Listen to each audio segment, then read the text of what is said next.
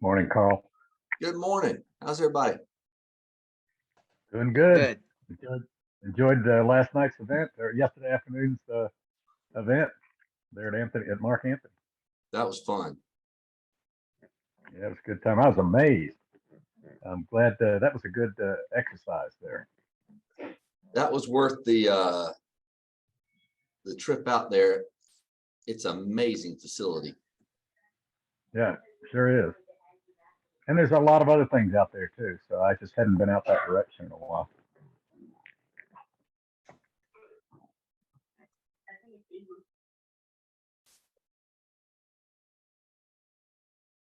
All right, it is 9 o'clock. All for punctuality today. We'll let those that are coming on come on, but we're going to start. Happy Friday, June 24th, almost halfway through the year, which is unbelievable how fast things have gone through 2022. But want to welcome y'all. Thanks for joining today. A couple things to hit. Well, we started off talking about it, but man, thanks to Mark Anthony Brewing and Mark Anthony Group, President John Stackstetter and Amruth Reddy and the team out there. You know, we were out there last month, but just to talk about the facility, but to go out and have a partner engagement out there with 250 of our closest friends was great. Much appreciated the air conditioned tent, by the way. That was it would have been a doozy had we not had that. Let me just say that. But interesting little factoid. At 250 people, I don't know how many beverages we went through, but whatever we went through could be reproduced in about 30 seconds. They can make 6,000 cans of White Claw in a minute. You heard me right. 6,000 a minute. They did last month 2.5 million cases in a month.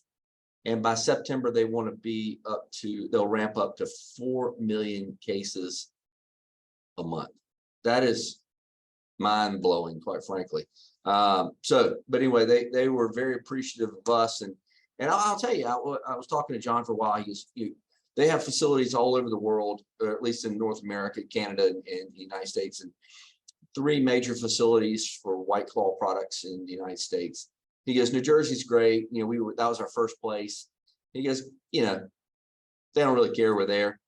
He goes, Arizona, they were very nice when we got there, but there's so much that we're just one of dozens of big manufacturing facilities. He goes, we feel like we're home in South Carolina. And so that says a lot about us, but more importantly, how appreciative we are that they're here and their investment of $490 million. But they like it here. They enjoy it. They get out and about when John's in town. He tells me all the restaurants he's been to. It's good stuff. So thank you all for those that could make it out. Those like Joan drove down from Greenville, Greer. Thank you for making it. But I thought it was a great time, and we really appreciate their hospitality. Just a teaser, they do want to do it again, with the caveat that it's a little cooler month. So we'll hopefully next year we'll get that on the rotation, but really appreciate that. All right, let's talk a little bit about, oh, by the way, it's National Bring Your Dog to Work Day. So I hope y'all, I may go home and get mine and bring it back, but Tux would be bored in about 5 minutes, but whatever. It is National Bring Your Dog to Work Day. All right, federal stuff. Y'all have been watching the January 6th stuff, which was interesting hearing yesterday. Big news out of the Supreme Court yesterday, knocking out the concealed weapon permit in New York. And 4 other states have very similar laws. So we'll see what happens. And in conjunction with that, the Senate passing their gun reform legislation yesterday. Even though it's watered down, it's the first time in 40 years they've actually put something together. So the House is expected to pass that today. All eyes on some other maybe decisions that the court may come out with today. So keep your fingers crossed that it's a peaceful day in the nation's capital around the country. The state, obviously, it's kind of a lull week. It's the governor issued his vetoes from the budget. The House and the Senate plan to come back for a day next week to deal with budget vetoes. But there were only a few. In fact, there were $52 million of vetoes out of a $14 billion budget. So a drop in the bucket actually is probably too much, but so less than a drop in the bucket. But anyway, and 50% of that dollar amount, $25 million, was a project in Columbia to create a quantum computing operations at the University of South Carolina. The governor says it went around procurement rules and establishes different standards, so he vetoed it. I hear Senator Harpootlian is hard at work to try to get that overturned next week. But so 50% of the money was for, actually a little bit more than that, was for Columbia. So we'll see how that plays out. The bigger news is we actually have a runoff this week, by the way. We talked about this last week. I mean, it was the sleepiest election cycle I can ever remember. But we do have a couple of runoffs, particularly statewide level, the superintendent of education, as well as we have a local election here in Lower Richland for Richland County Council. Implore y'all to go out and check those out. Early voting is in effect, so you can go today if you're not going to be around on Tuesday. But turnout is tough on a runoff in non-presidential years in election cycle on no-dos. It's been sleepy. So anyway, but if you have any friends in Lower Richland, please encourage them to go out. Go Shaquille. All right. Let's see what else we got today. Part of this, I mean, I'm trying to think. The city council, county council, kind of quiet. They're going through. The city passed its budget. We're about to pass its budget Tuesday for the following year. Otherwise, I mean, what's interesting is usually July is just quiet. I mean, really, really quiet in Columbia. Everybody's at a cooler place or near water, but I'm seeing that summer started a little earlier this year. I think pent-up travel for the last couple of years, people are taking off. Heck, thank you all for joining me, because by Facebook standards, everybody I know is in Europe, but glad y'all are here working. But a ton of folks are traveling, and so I do think it has slowed things down quite a bit. So not as much happening. A lot of behind the scenes stuff is going on, but nothing really to report either on the local. State will come back next week just to deal with budget vetoes, and they're in and out. They're not staying more than a couple of hours, is what I'm told. So you caught up on the political stuff. The chamber, we're going to slow down in July as well. We kind of hold off having meetings for our committees just to give us time to focus on the mundane stuff that nobody likes to talk about, budgets. And I mean, it's putting me to sleep just thinking about it. But all those fun things we got to do from the administrative side of things. So anyway, we'll be quiet. And a note to that, we're going to take off CWC for the month of July. I'm going to be traveling a bunch, and so trying to find somebody to come in. So I hate to tell you this, you're going to be without me for a month, but we're going to rock and roll it starting back on the first Friday of August. And a little teaser, one of our newest residents will be joining. I will be joining him on, what day is that? Is that the 5th? Whatever the first Friday is, 5th. We got a new president of the USC umbrella. Dr. Michael Amaritis is going to be starting work next week. And so, but thrilled he's given his time up to talk with us here with Coffee with Carl coming up in August. So August 5th, put that on your calendar. But if you're coming back between now and then, I ain't here. So just don't be shocked if nobody joins you for that. But we also got a bunch of lined up for the fall for special guests. But anyway, all right, I've done about all I want to bore y'all with. I want to hear what's happening with y'all. What are y'all seeing in Columbia right now in the Midlands? How's business? Got any announcements? I'll open the floor up for anyone. Adam is supposed to be on vacation today, but he tuned in from the beach. Shame on you. Anyone else got anything fun or for the good of the order? Coffee break. Did anyone have a good time at Mark Anthony? Yeah, we listened. It was incredible. That was shameless. Sorry, sir. Just No, listen.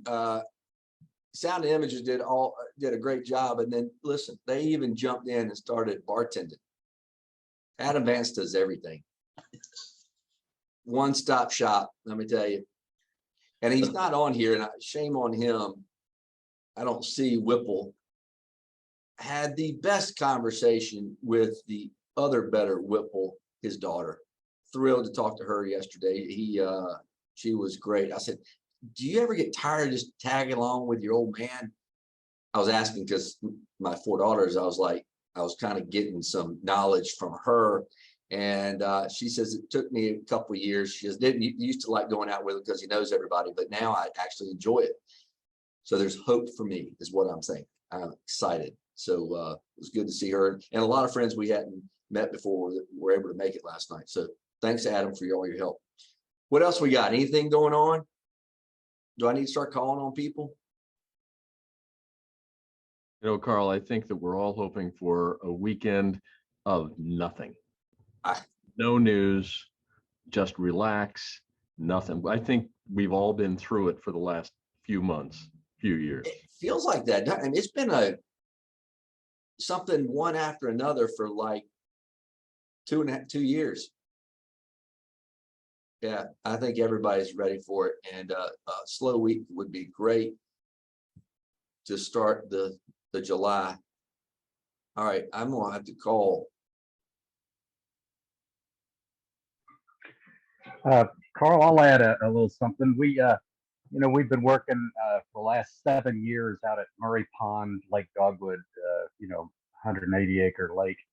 But it's private. And we finally, after 7 years, the 2015 hurricane took out the dam. We actually completed construction of a $1.8 million dam this past Friday, and it's so we will probably start putting water in it. And it kind of borders 601 Leesville Road.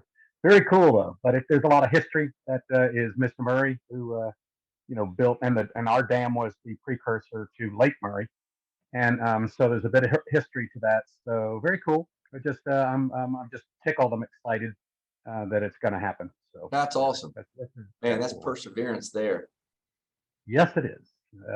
As the president of the Special Tax District in the POA, yes, I can tell we did hang in there. We had a small group but I tell you, there was a lot of hurdles. For anybody who's been in the business of trying to bring their dam back, it's been unusual. So anyway, very cool. Lots of new regulations relating to dams after the flood, and that so compliance issues were a hurdle to deal with. So kudos to y'all to get that done. Chuck joined us late, but I was bragging on your daughter. Let me tell you, Whitney's a champ.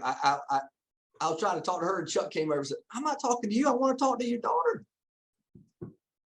I didn't mean to be rude, That's all right. but I thoroughly enjoyed her. Thank you for doing that. Thank you. She enjoyed herself yesterday. Good. All right. What else we got going on?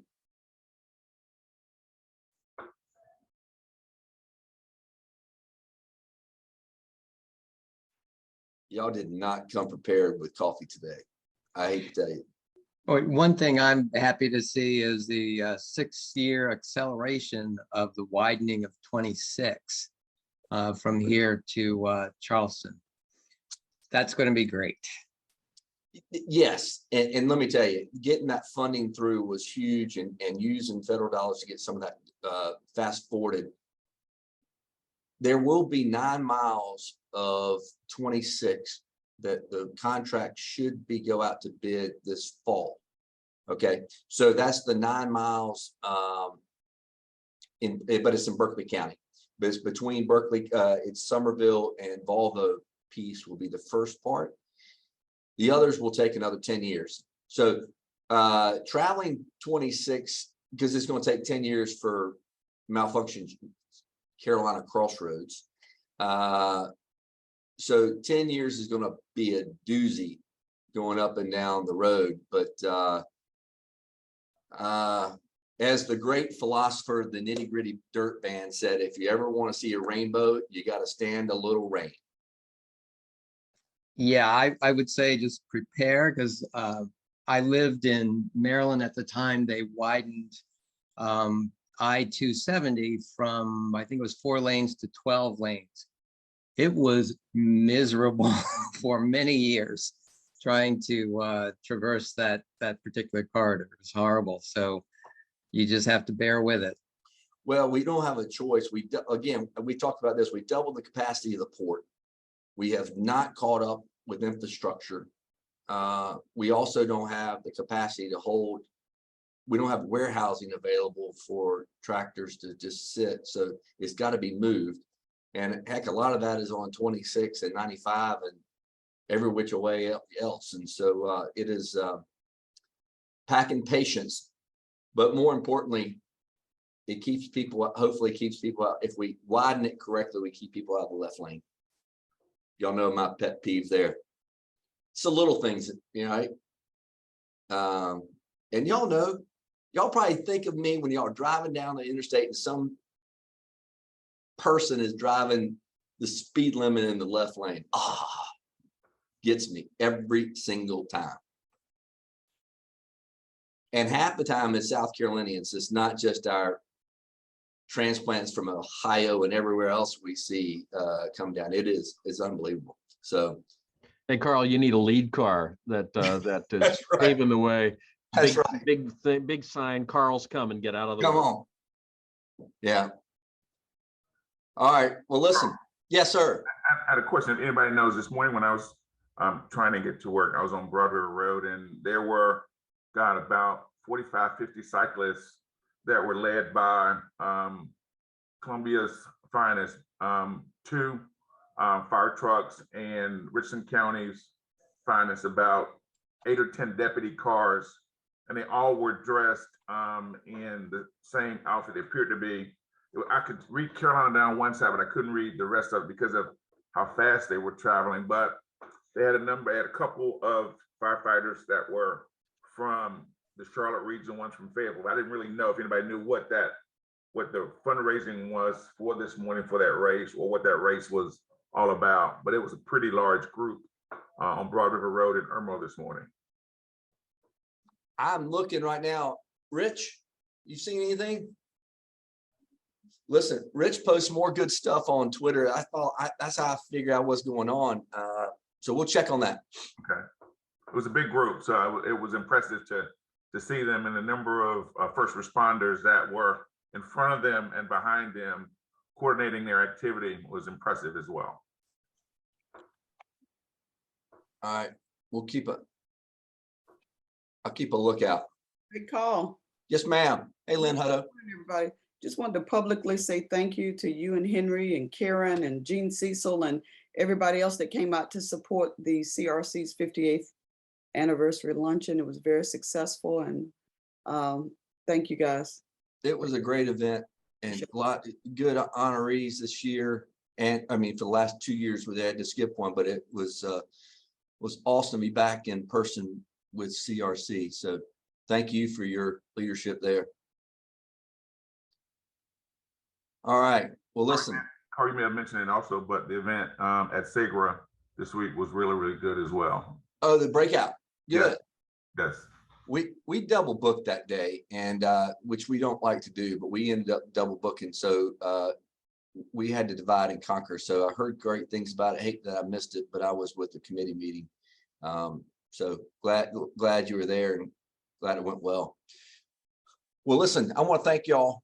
I hope y'all have a fabulous weekend, an uneventful weekend, Rich. But get some rest, and I'll miss seeing y'all's faces the month of July. But I look forward to catching up with y'all again on August 5th. Remember, Fort Jackson got a big event July 2nd, fireworks, bands, food trucks, you name it. So if you're in town for the weekend and need something to do, head out to Fort Jackson. They really want to see some community folks there. And there's also obviously stuff at Lake Murray as well. So enjoy the fun, the festivities of Independence Day, and we'll see you soon. All right. Take care. Thank y'all.